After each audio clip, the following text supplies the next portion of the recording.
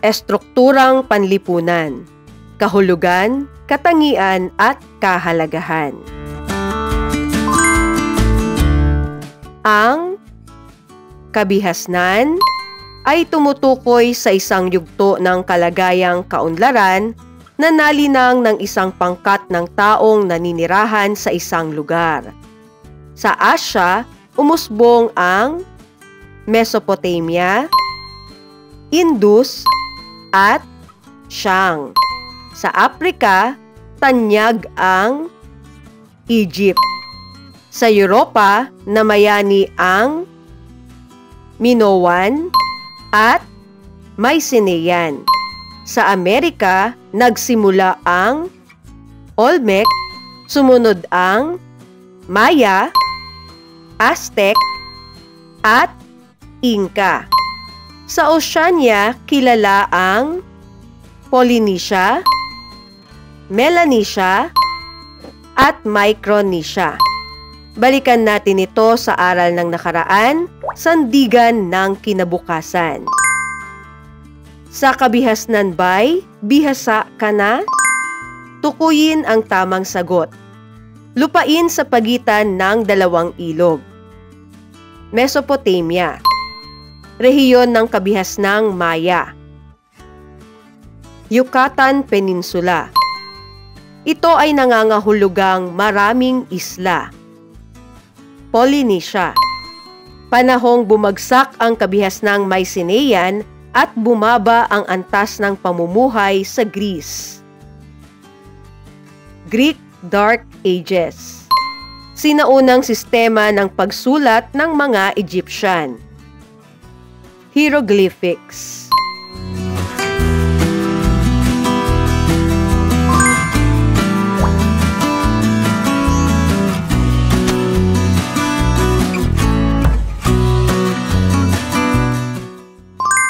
Estrukturang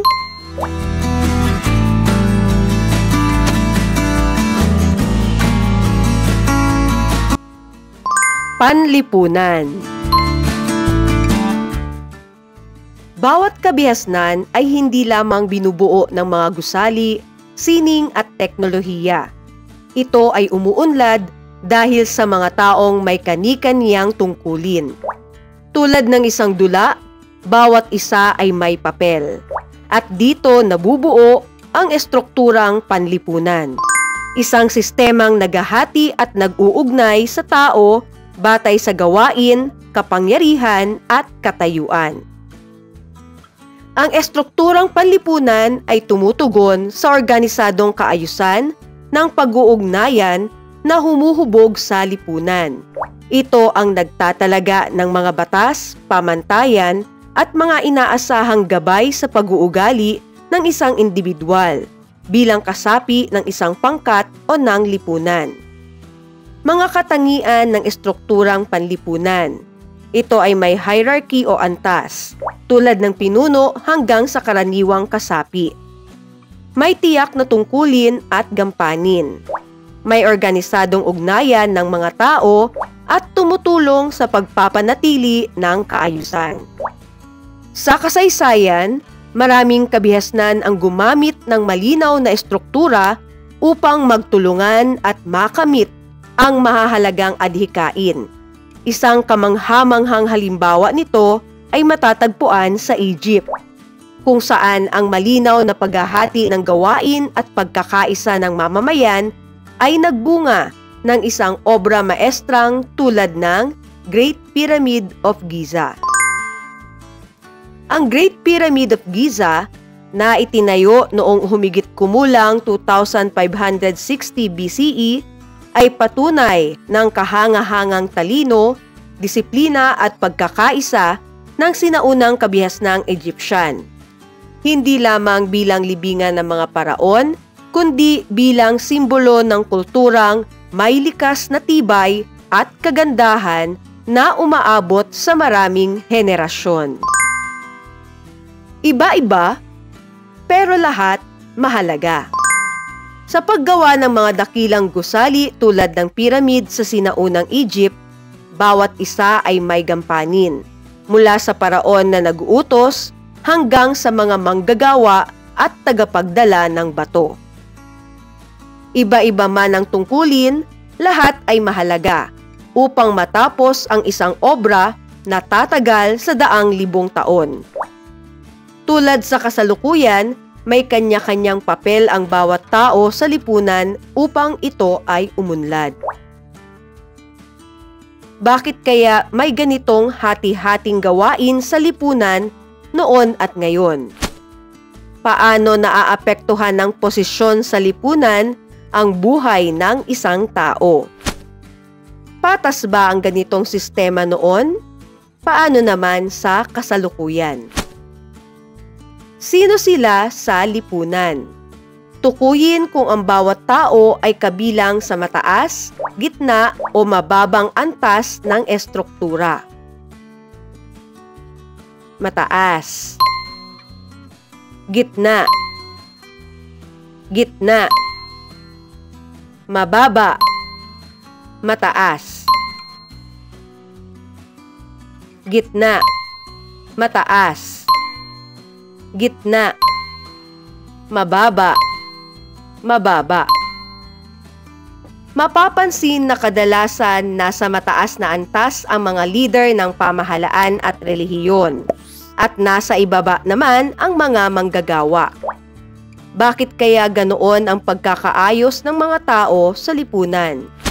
Bakit may antas ang lipunan? Ang lipunan ay nahahati dahil sa yaman, sino ang may mas maraming ari-arian? Kapangyarihan, sino ang may kontrol o impluwensya? Edukasyon, sino ang may kaalaman at kasanayan? Relihiyon, sino ang itinuturing na may espiritual na awtoridad?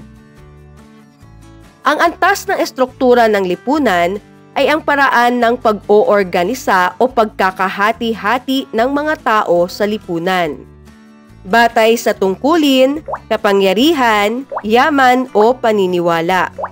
Dito makikita kung sino ang naguutos, sino ang gumagawa at bakit. Kung wala ang isa, paano na? Sa isang lipunan o kahasnan, may iba't ibang grupo o antas na may kani-kaniyang gampanin. Ang bawat isa ay mahalaga para maging maayos ang buong sistema. Sa isang kabihasnan, biglang nawala ang pangkat ng mga pari, mandirigma, magsasaka. Ano ang magiging epekto nito sa lipunan? Sino ang unang maaapektuhan at bakit? Paano muling maibabalik ang kaayusan ng lipunan? Ang bawat grupo o antas sa lipunan ay may mahalagang papel at responsibilidad. Walang grupo ang mas mahalaga kaysa sa iba dahil nagtutulungan silang lahat para sa kaayusan. Kapag nawala o naapektuhan ng isa, nararamdaman ito ng buong lipunan. Ang pagkakaisa at pagtutulungan ang susi para maibalik ang balanse.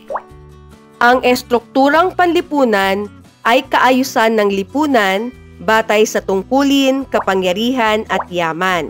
Ito ay nagtatakda ng gampanin ng bawat kasapi. Nakatutulong ito sa pamamahala at kaligtasan ng kabihasnan. Ngunit maaaring magdulot din ng hindi pagkakapantay-pantay. Status sa lipunan, mula noon hanggang ngayon. Isa sa mahalagang bahagi ng estrukturang panlipunan ang status, na tumutukoy sa posisyon o katayuan ng isang tao sa loob ng lipunan. May dalawang uri ng status: ascribed status at achieved status. Ang ascribed status ay katayuan na ipinamamana o naituturing na likas tulad ng pagiging anak ng isang pinuno. Sa sinaunang kabihasnan, madalas na ito ang batayan ng kapangyarihan at respeto. Kaya ang mga anak ng mga pinuno o pari ay automatikong nagkakaroon ng mataas na posisyon sa lipunan. Samantala, Ang achieved status naman ay nakukuha o naaabot sa pamamagitan ng sariling pagsisikap, edukasyon o kasanayan tulad ng pagiging isang mandirigma, artisano, mangangalakal o tagapamahala. Ano ang pagkakaiba at pagkakatulad ng antas sa lipunan noon at ngayon? Magbigay ng isang sitwasyon ngayon na nagpapakita na may antas pa rin sa lipunan. Punan mo ang papel mo sa estruktura. Ang estrukturang panlipunan ay tumutugon sa organisadong kaayusan ng ugnayan ng mga tao sa loob ng isang lipunan. Ito ang nagtatakda ng mga batas, pamantayan at gabay sa pag-uugali ng bawat individual bilang miyembro ng isang pangkat o komunidad. Ito ang nagsusulong sa diwa ng pagkakaisa ng isang pangkat sa pamamagitan ng pagpapahalaga sa mga layunin nito. Ito ay natural na nalilinang bunsod ng higit na malaking sistema ng pangangailangan sa isang kabihasnan o pamayanan.